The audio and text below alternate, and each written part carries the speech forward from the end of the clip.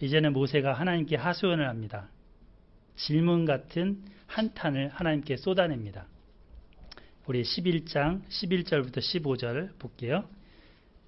누가복음에서 민수기로 돌아와 보겠습니다.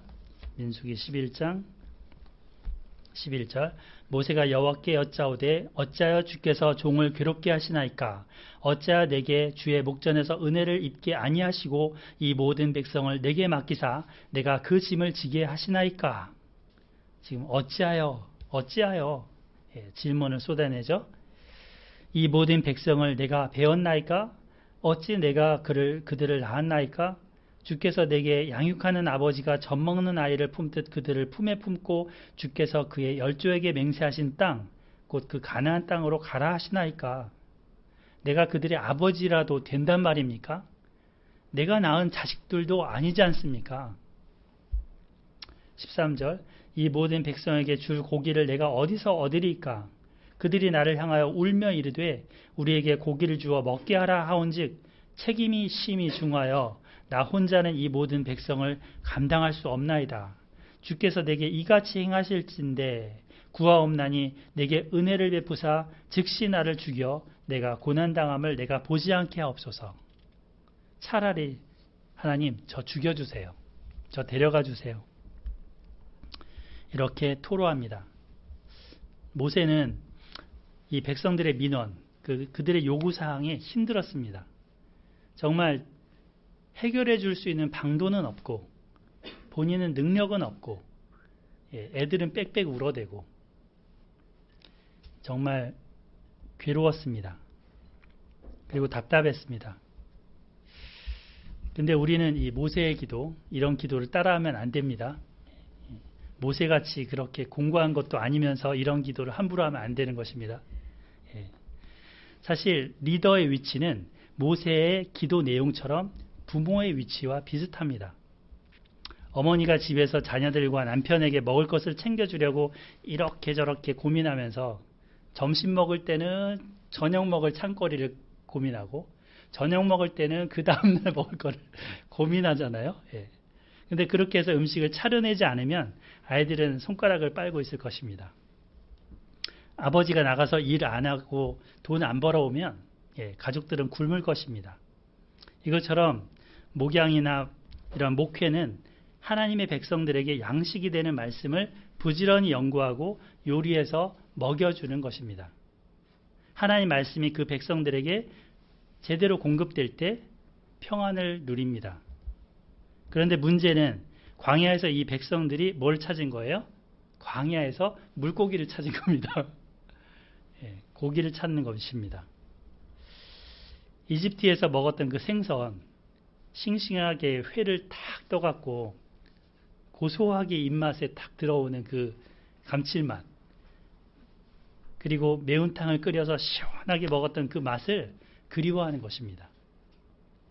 참외와 멜론의 그 상큼한 맛, 부추와 양파 같은 여러 야채의 그 맛을 그리워하는 것입니다. 모세는 이 어린아이와 같은 백성을 품고 가나안 땅으로 가라고 하시는 이 하나님의 부르심을 힘들다고 합니다. 벗어버리고 싶은 짐이라고 여깁니다. 그 책임감을 하나님 떨쳐내고 싶습니다. 라고 고백합니다. 모세의 이 고백을 들으면서 저도 저의 처지를 한번 생각해 봤습니다. 개척 후 한 2년여를 지내오면서 성도님들과 함께 너무나도 감사한 시간을 보내오고 있습니다. 그런데 평일에는 직장 생활을 하고 주말에는 밤잠을 설치면서 설교 준비를 합니다. 예배를 인도하기에 쉴 틈이 별로 없습니다. 끝나면 또 영상을 찍었기 때문에 영상 편집해서 월요일, 화요일쯤은 또 올립니다. 평일날에도 일대 성경 공부하고 이리저리 보냅니다.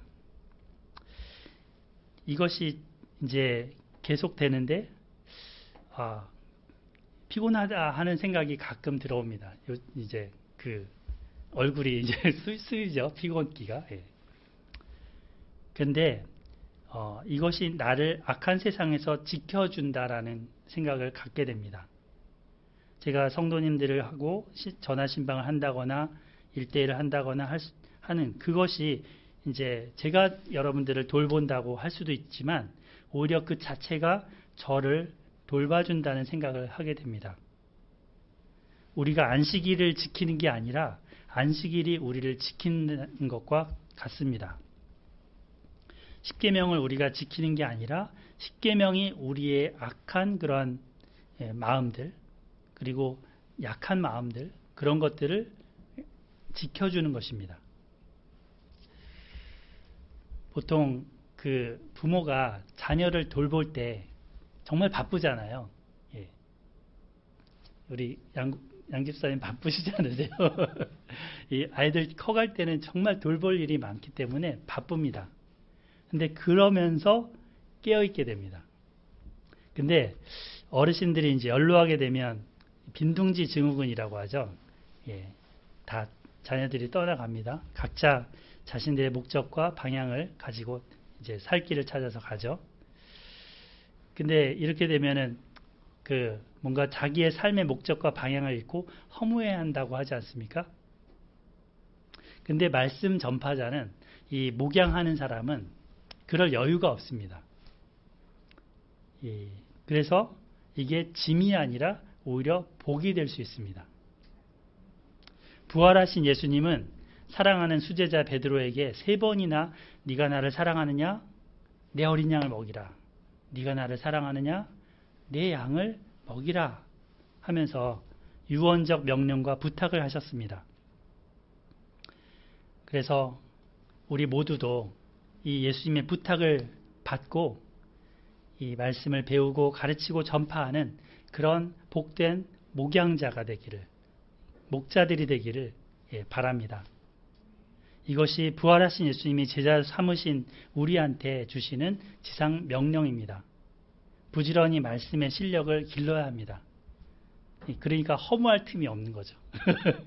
헛생각할 틈이 없는 거죠. 근데 이제 이거를 혼자 감당하려고 하니까 모세가 힘든 겁니다. 마음이 너무 힘든 겁니다. 출애굽기 때 보면 그 이드로가 찾아오잖아요.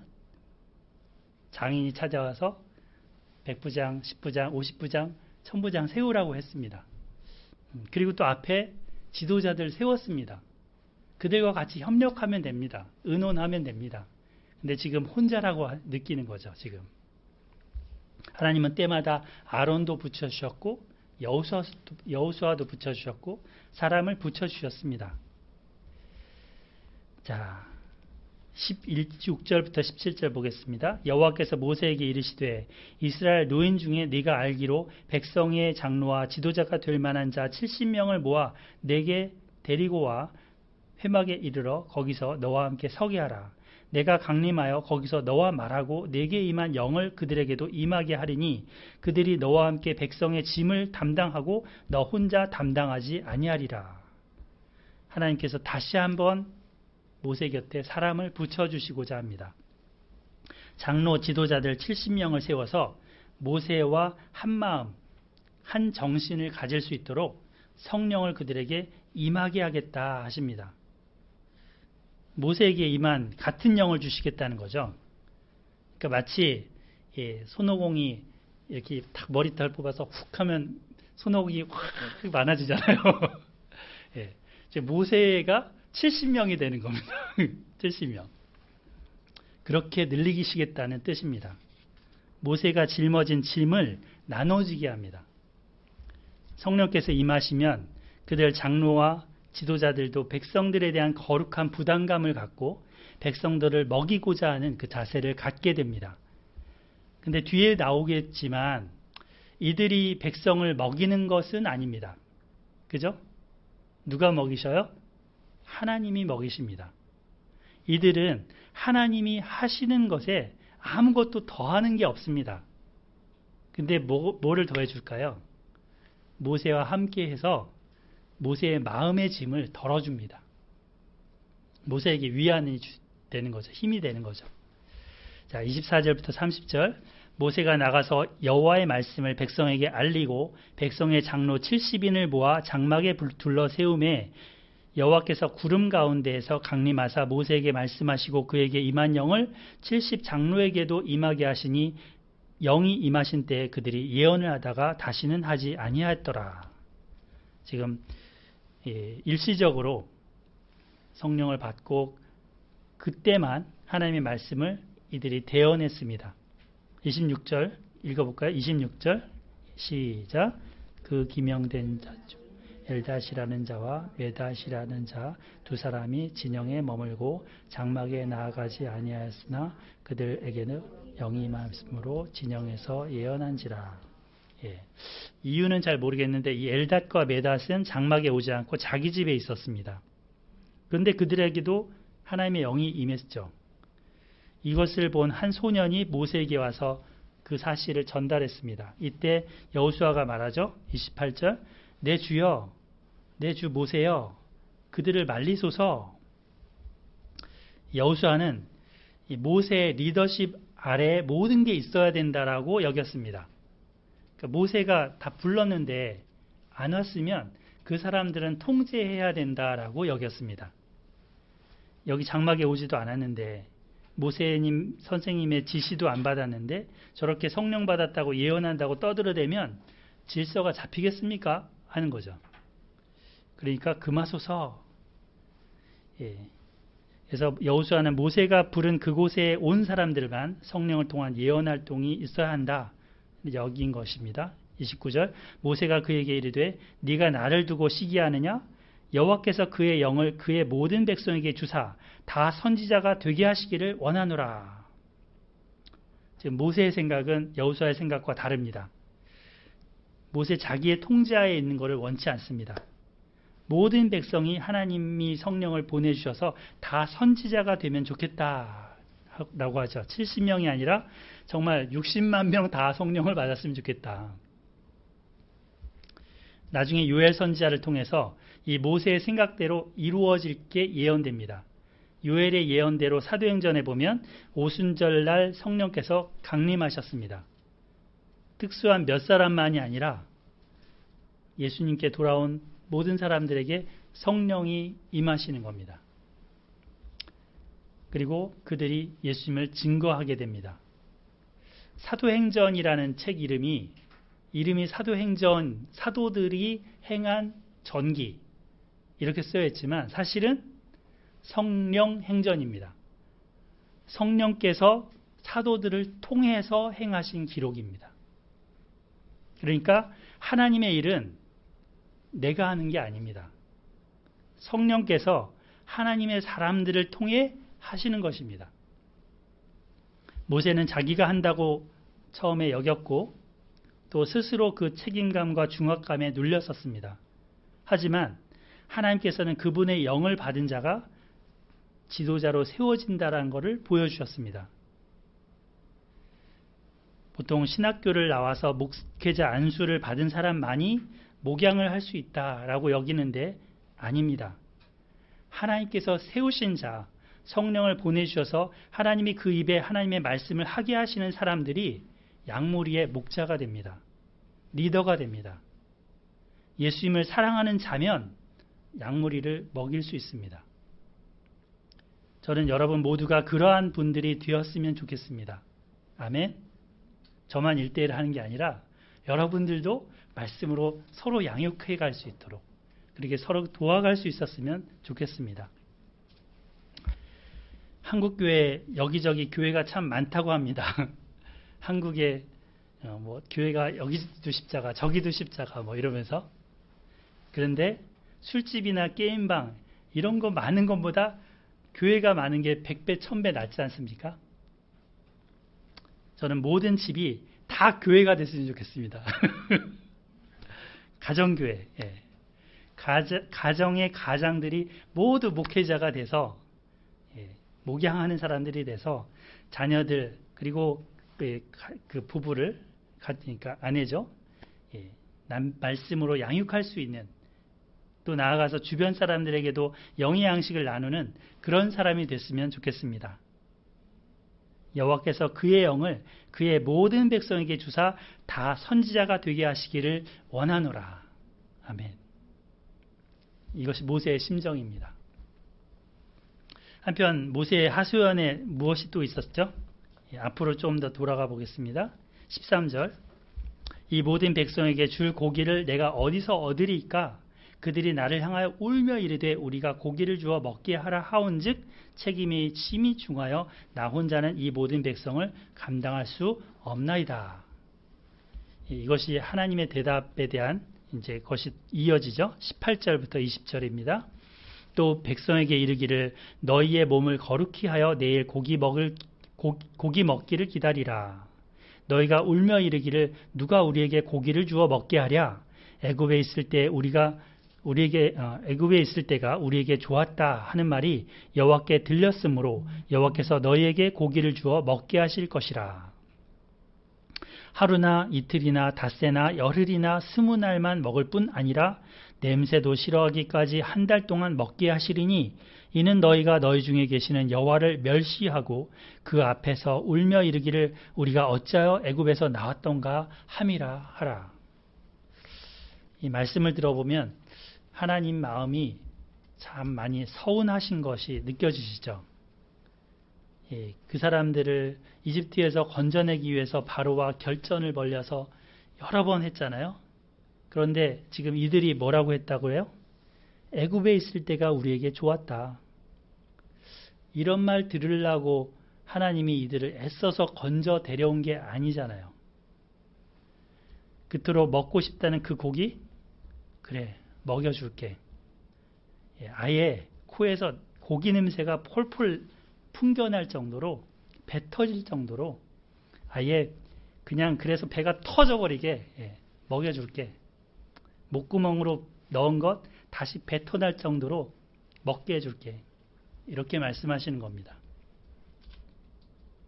그냥 엄마가 이거 맛있으니까 먹어 뭐 이러면서 먹게 해줄게 이게 아닌 거죠. 먹게 해줄게 이러면서 이제 완전히 화가 나서 야, 처먹어 그냥 처먹어. 응? 그야말로 하나님이 마음이 많이 상했습니다. 근데 모세도 지금 이 말을 듣고 못 믿어 합니다.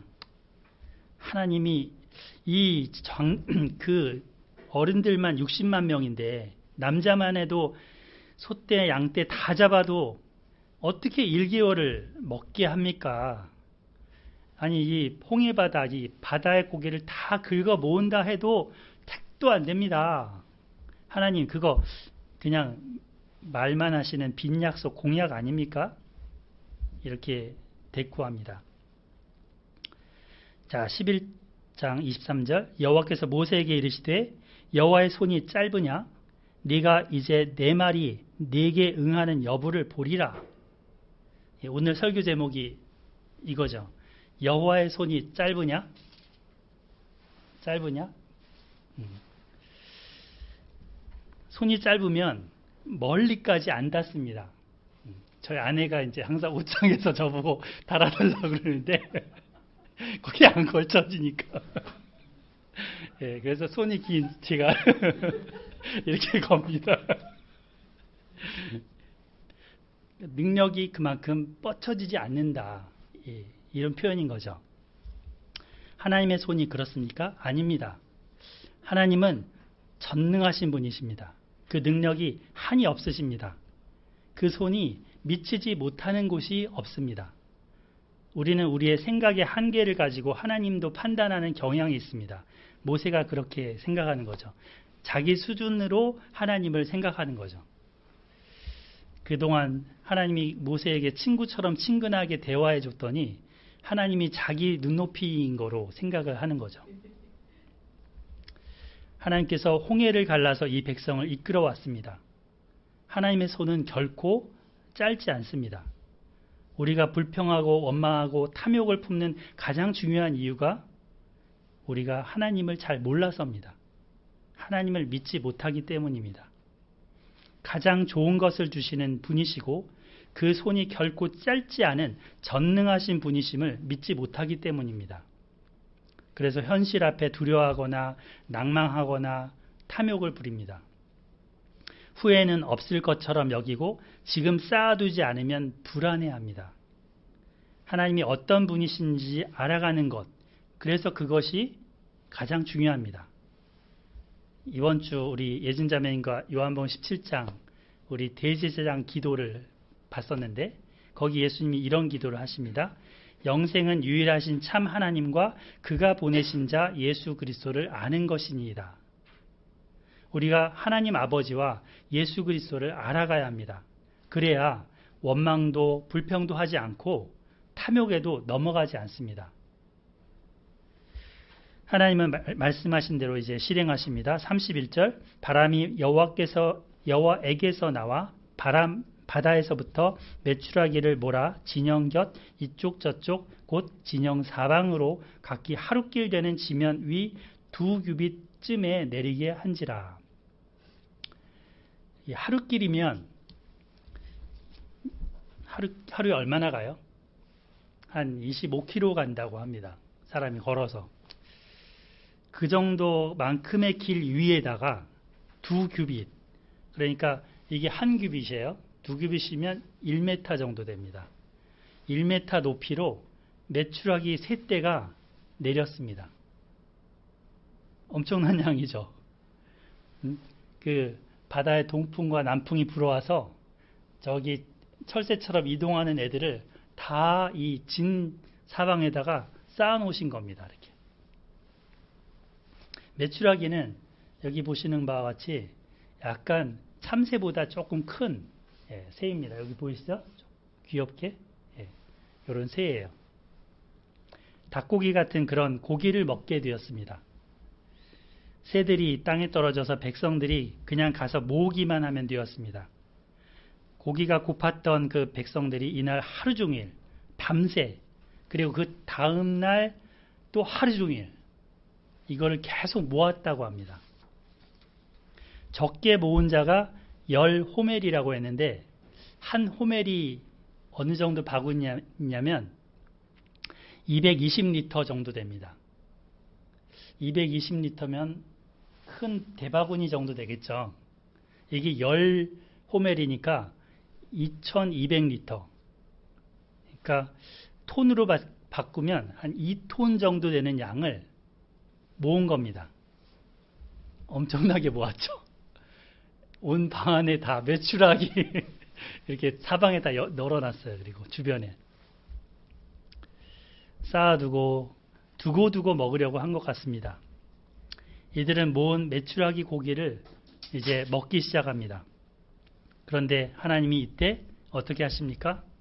33절 고기가 아직 이 사이에 있어 씹히기 전에 여호와께서 백성에게 대하여 진노하사 심히 큰 재앙으로 치셨으므로 그곳 이름을 기브롯 핫다아와라 불렀으니 욕심을 낸 백성을 거기 장사함이었더라. 하나님이 그냥 이들의 아구창을 돌리시는 겁니다. 고기를 씹기도 전에 고기를 목구멍으로 이렇게 꿀떡 삼키기도 전에 하나님이 진노로 치셨습니다. 아마도 이것은 전염병일 때 싶습니다. 고기는 쉽게 썩잖아요. 그 많은 고기를 한꺼번에 쌓아 놓으니까 썩었을 것이고 전염병이 생겼을 수도 있습니다. 여하튼 하나님이 이렇게 진노하셔서 큰 재앙으로라고 해야 되는데 이 재앙으로 수많은 사람이 죽었습니다. 과도한 욕심을 부린 사람들이 거기 장사가 됐습니다. 그래서 그곳 이름을 기브롯 핫다아와, 여기 기브롯은 그 무덤이란 뜻이고 하는 그 정관사예요. 그 다음에 다와는 무덤, 그 탐욕이란 뜻입니다. 그 무덤의 그 탐욕의 무덤. 여기에 이제 이름을 붙였는데 이 탐욕도 그곳에 묻어야 한다는 의미도 있습니다. 탐욕을 좀 거기 묻고 가자 제발. 이제 가나안 땅 약속의 땅을 향해 가는데 탐욕 그거 질질 끌고 같이 가지 말자. 불평 원망 그거 다 뒤에 묻어두고 가자. 그런 의미도 있습니다. 약속의 땅을 향한 전진에는 탐욕이 같이 따라갈 수 없습니다. 원망도 따라갈 수 없습니다. 다 내려놓아야 합니다. 35절 백성이 기브롯 핫다와에서 행진하여 하세롯에 이르러 거기 거하니라. 우리 신앙의 인생의 길도 다소 힘들 수 있습니다. 어려움이 올 수 있습니다. 그런데 이것이 결과나 끝이 아닙니다. 과정일 뿐입니다. 우리가 버스를 탔는데 그 버스가 만원 버스예요. 막 불평이 나오죠. 예, 원망이 나오죠. 지하철을 탔는데 지옥철이에요. 힘들잖아요. 낑겨서. 그래도 불편하지만 힘들어도 견디는 건 뭡니까? 이게 과정이기 때문입니다. 종착역에 도착하면, 내 목적지 역에 도착하면 내릴 겁니다. 원망한다고 달라질 게 없습니다. 탐욕을 부린다고 더 나아지지 않습니다. 그냥 서로 인상만 쓸 뿐입니다. 하나님도 인상 쓰고, 리더도 인상 쓰고, 또 원망하는 사람도 인상 쓰고. 어려운 과정을 터널처럼 우리는 지나갑니다. 터널이기에 끝이 있습니다. 밝게 빛이 비추이는 때가 곧 옵니다. 그러니까 터널을 지나갈 때, 많은 버스에 타고 갈 때, 그런 때는 우리가 뭘 배워야 합니까? 참는 것. 인내를 배워야 합니다. 조금 참고 현재에 자족하면서 따라가면 선하신 하나님이 약속하신 것을 주실 것입니다. 불평하고 원망하고 이렇게 하면 인도하는 리더도 피곤하고 힘이 빠집니다. 보셨잖아요. 모세가 자기를 죽여달라고.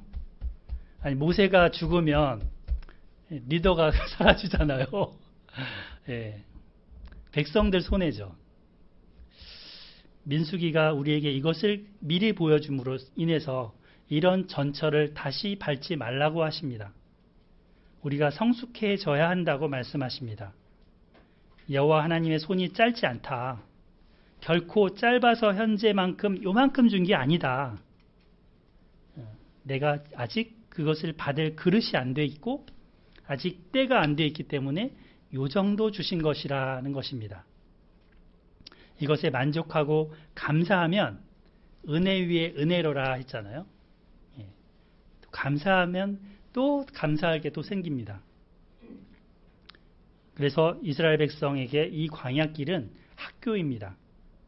우리 가정도 신학을 하는 학교입니다. 하나님을 만나는 현장입니다. 부모와 자녀 간에, 부부 간에 신학을 배울 수 있습니다. 하나님을 배울 수 있습니다. 하나님을 의지하는 법을 배워야 합니다. 오늘 어버이날을 맞아서만이 아니라 부모님을 보내주신 하나님께 감사하시기 바랍니다. 자녀 여러분. 또 그분들이 다소 부족함이 있을지라도 인내하며 기도해 드리시기를 바랍니다.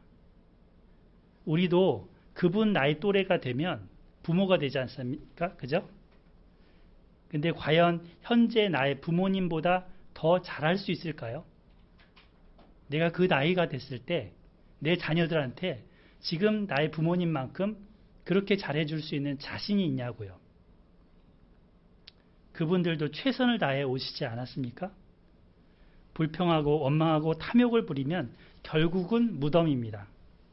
이것들을 다 십자가에서 우리 죄를 담당하시고 무덤에 묻히신 그 주님의 그 무덤에 묻고 출발해야 합니다. 주님께서 다시 오실 때 그 영광의 나라에 가는 것, 그것이 결론입니다. 예, 현재 고난은 장차 우리에게 나타날 영광과 좋게 뭐하다? 비교할 수 없다라고 했습니다. 믿음의 선진들은 죽음도 두려워하지 않았습니다. 그리고 박해도 견뎠습니다. 근데 요즘은 박해가 없어요. 이상할 정도로 없습니다. 예수님 믿고 살면 손해보는 것은 사실은 기본이 되어야 합니다. 왕따는 그것은 뭐 당연지사입니다.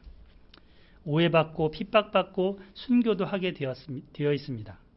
근데 현재 조금 더 맛난 거, 맛있는 거 못 먹는다고 불평하는 그런 입이 있다면 꼬매야 됩니다. 바느질로 꼬매야 됩니다.